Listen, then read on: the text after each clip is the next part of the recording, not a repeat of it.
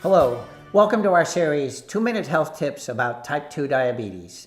I'm Rick Benzel, publisher of New Insights Press, and I'm here today with Dr. John Poodleill, author of several books on diabetes and cancer. Our topic today is rehire your best personal nutritionist.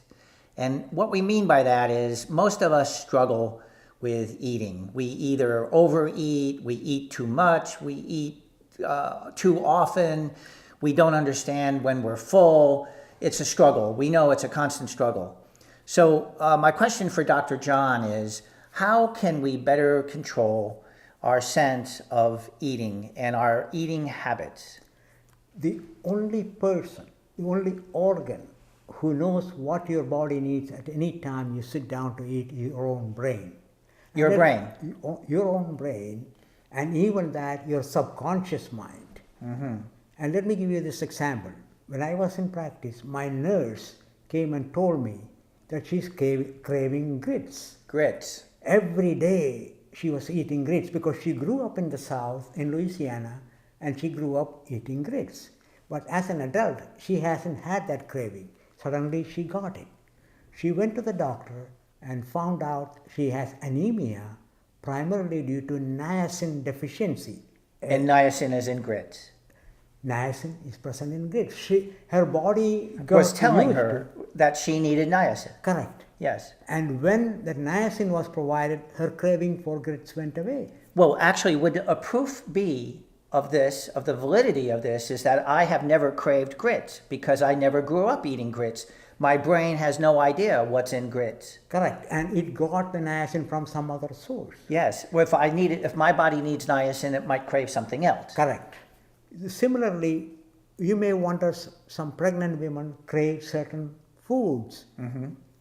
What I'm suggesting is their brain is telling them, for the baby's health, it needs a particular nutrient that the mother has gotten from a specific food, and now she eats it. Mm-hmm. So that is the craving. That's her own brain telling what to eat to get the nutrient needed for the baby. Mm-hmm. So if I have any kind of craving, as most people do, most of us have a craving once in a while for something, you're saying it is our brain telling us we need some nutrient that is in that food.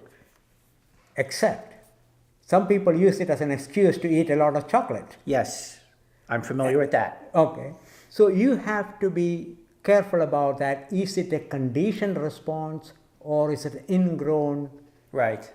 Response from the brain? Right. Because you, as an adult, you can condition yourself to drink alcohol if you crave alcohol. Right. Is it? And many of us also overeat because of stress or other factors, being peer group pressure, being around people.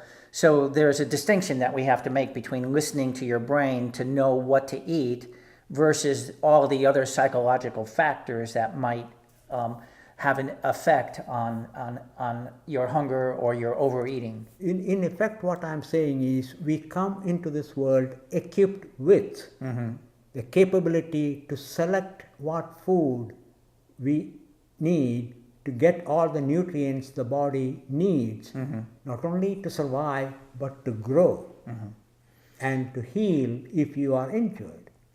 Well, I know you address this topic extensively in your book, Eat, Chew, Live, where you have several chapters about understanding hunger, satiation, how to get a better handle on controlling your tendency to overeat. And those are really fantastic chapters that I think many people will benefit from. I encourage you to go out and read Eat, Chew, Live if you are having trouble with weight management, with obesity, with overeating on a continual basis. And they're very insightful chapters. Thank you very much, Dr. John. And it's been a fascinating discussion. Thank you. Thanks for watching.